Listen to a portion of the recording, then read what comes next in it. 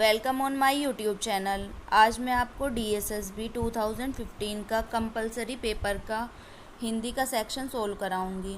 उस time pattern में हिंदी के 40 क्वेश्चंस आते थे, लेकिन आज के टाइम पे हिंदी के 20 क्वेश्चंस आते हैं।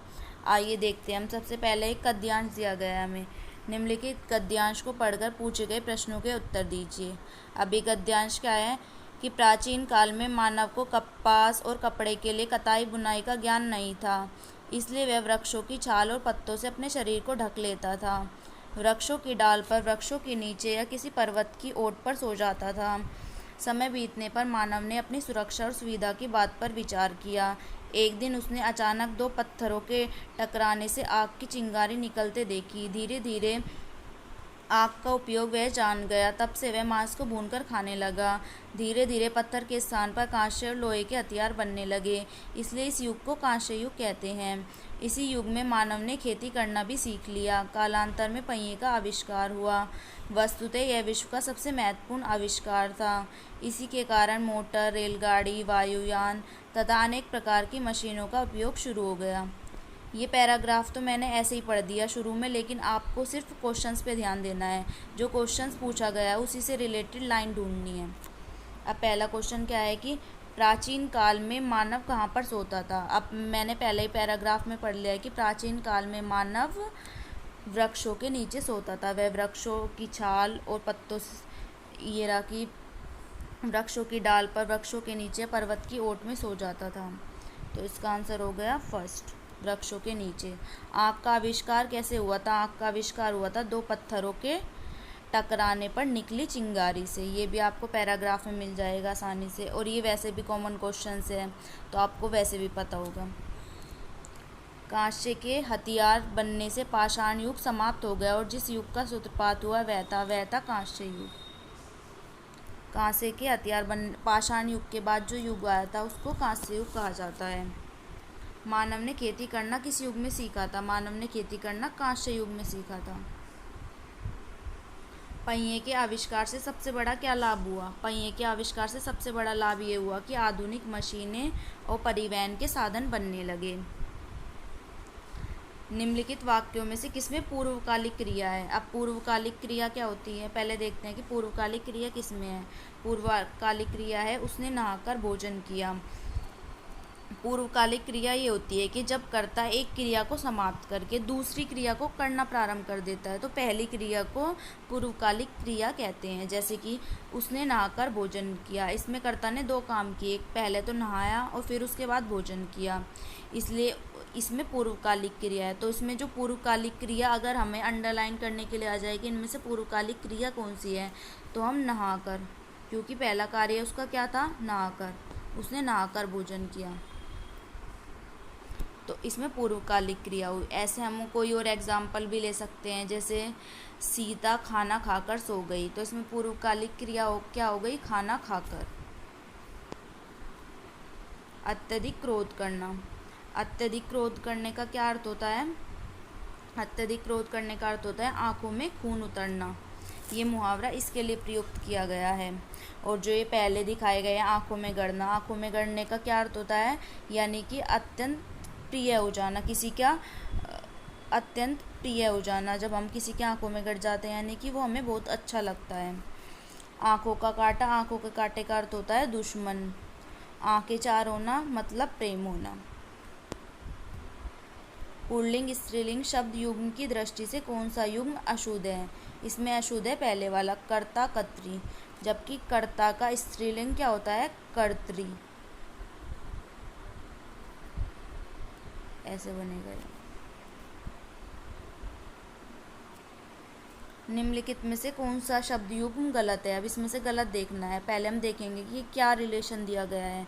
चिड़िया चिड़ियाँ, तिथि तिथियाँ, नदी नदियाँ, जनता जनताएँ। अब इन एग्जाम्पल्स को देखकर हमें क्या लग रहा है कि एक वचन और बहुवचन का संबंध बताया गया है, यानी कि पहले शब्द में एक वचन है और दूसरा उसका बहुवचन है। तो हम देखते हैं कि चिड़िया चिड़ियाँ, ये भी सही है। तिथि तिथियाँ ये भी सही है। नदी नदियाँ ये भी सही है। जबकि जनता जनताएँ ये गलत है, क्योंकि जनता एक समूहवाचक संज्ञा है और इसका प्रयोग हमेशा एक वचन के रूप में प्रयोग होता है, इसलिए जनता का कोई बहुवचन नहीं होता। उपनाम, उपनाम में उप का सही अर्थ क्या है? उपनाम में उप का सही अर्थ है गौण। उपनाम क्या होता है हमारा? सरनेम। नेक्स्ट क्वेश्चन, निम्नलिखित प्रश्नों में दिए गए अनुच्छेदों के प्रथम और अंतिम वाक्यों को 1 और 6 की संज्ञा दी गई है। इनके मध्यवर्ती वाक्यों को 4 भागों में बांटकर य, रे, ले, वे की संज्ञा दी गई है। ये चारों वाक्य व्यवस्थित क्रम में नहीं हैं। इन्हें ध्यानपूर्वक पढ़कर दिए गए विकल्पों में से उचित क्रम चुनिए जिससे सही अनुच्छेद का निर्माण हो सके। अब इस क्वेश्चन में हमें क्या दिया गया है कि पहले तो हमें दिया गया है प्रथम और अंतिम वाक्य। अब प्रथम वाक्य क्या दिया गया है इसका कि दहेज प्रथा का जन्म पुरानी सामाजिक प्रथाओं में ढूंढा जा सकता है। और लास्ट का सेंटेंस क्या दिया गया है? पर धीरे धीरे इनमें बुराइयां आती गई हैं। अब हमें इनका कनेक्शन देखना है कि इनके बीच में क्या क्या लाइंस फिट हो सकती हैं। तो हम सबसे पहले पढ़ते हैं इन ऑप्शंस को, फिर हम देखेंगे कि इसका आंसर क्या होगा। इसका आंसर होगा कि रे, ये, ले, वे, यानी कि सबसे पहले क्या आएगा कि दहेज प्रथा का जन्म पुरानी सामाजिक प्रथाओं में ढूंढा जा सकता है। विवाह के बाद लड़की एक नए घर में जाती है। फिर उसके बाद आएगा उसे नई गृहस्थी बसानी पड़ती है। अपना नया घोंसला बनाने में उसे अधिक असुविधा न हो इसलिए उसे कुछ उपहार देने का रिवाज था। उपहार में उसे गृहस्थी में काम आने वाली वस्तुएं स्वेच्छा से दी जाती थी, कोई बाध्यता नहीं थी। पर धीरे धीरे इनमें बुराइयां आती चली गई। नेक्स्ट देखते हैं। नेक्स्ट भी इसी टाइप का क्वेश्चन है। इसमें भी पहला और अंतिम वाक्य दिया गया है। फिर देखते हैं कि कौन सा सही बैठता है। इसमें देखते हैं कि यदि हम कहें, और अंत में क्या है तो धोखे से काम अवश्य लेता। इसमें ऑप्शन सही होगा सी। यदि हम कहें कि ईश्वर भी धोखे से अलग नहीं तो अनुपयुक्त न होगा, क्योंकि ऐसी दशा में यदि वह धोखा खाता नहीं तो धोखे से काम अवश्य लेता है। इस तरह से हमें सेंटेंस को रीऑर्डर करना है। गुप्त जी की रचनाओं में व्याप्त के फलस्वरूप इन्हें राष्ट्रकवि का सम्मान मिला। गुप्त जी, ये मैथिली शरण गुप्त जी के बारे में बात की गई है। मैथिली शरण गुप्त जी की रचनाओं में राष्ट्र प्रेम पाया गया है और राष्ट्र प्रेम के कारण ही इन्हें राष्ट्रकवि का सम्मान मिला है। मैथिली शरण गुप्त जी को राष्ट्रकवि के नाम से भी जाना जाता है। ताजमहल किसका अद्भुत नमूना है? ताजमहल नमूना है स्थापत्य कला का। आगे क्या है कि निम्नलिखित प्रश्नों में वाक्य त्रुटिपूर्ण है। प्रत्येक वाक्य और 4 भागों में विभक्त है। वाक्यों के जिस भाग में त्रुटि हो उसे चिन्हित कीजिए। अब देखते हैं हमें किस में त्रुटि है। मैं आज सुबह आपके घर गया था किंतु तुम घर पर नहीं मिले। इसमें त्रुटिपूर्ण वाक्य कौन सा है? किंतु तुम घर, ये ऐसे बनेगा, मैं आज सुबह आपके घर गया किंतु आप घर पर नहीं मिले। नेक्स्ट देखते हैं।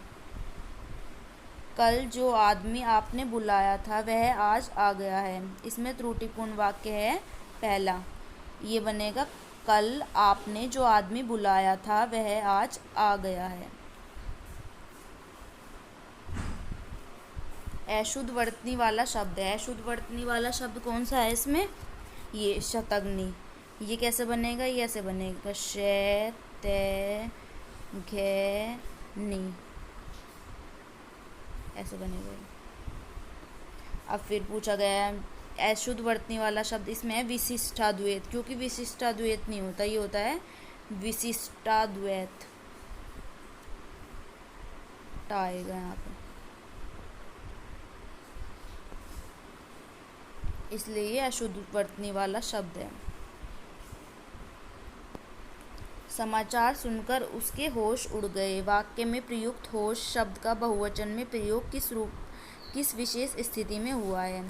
ये विशेष शब्द जो सदैव बहुवचन में प्रयुक्त होते हैं। कुछ ऐसे शब्द होते हैं जो हमारे हमेशा बहुवचन में प्रयुक्त होते हैं, जैसे कि उसके प्राण उड़ गए, उसने भगवान के दर्शन कर लिए। ये कुछ ऐसे विशेष शब्द होते हैं जिनका हमेशा बहुवचन में ही प्रयोग किया जाता है और किसी विशेष स्थिति में प्रयोग किया जाता है।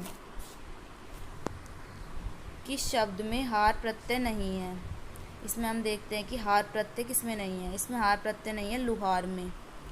अब बाकी के वर्ड्स देखते हैं, जैसे खेवन प्लस हार। इसमें जो 2 शब्दों को जो उनको तोड़ेंगे उन दोनों का अलग अलग अर्थ निकलना चाहिए, लेकिन लुहार में ऐसा अर्थ नहीं निकलेगा। जब हम लू आर को तोड़ेंगे तो ऐसा बनेगा लू प्लस आर, जिसमें लू का कोई अर्थ नहीं है, इसलिए ये गलत हो गया। अब ये 20 क्वेश्चंस हुए हैं, आगे के 20 क्वेश्चंस मैं आपको दूसरी वीडियो में कराऊंगी। इससे पहले भी मैंने DSSB के ऑनलाइन 2018 के हिंदी के पार्ट की 2 वीडियोस बनाई हैं, आप उनको चैनल पर जाकर देख सकते हैं। Let's do something. Thank you everyone.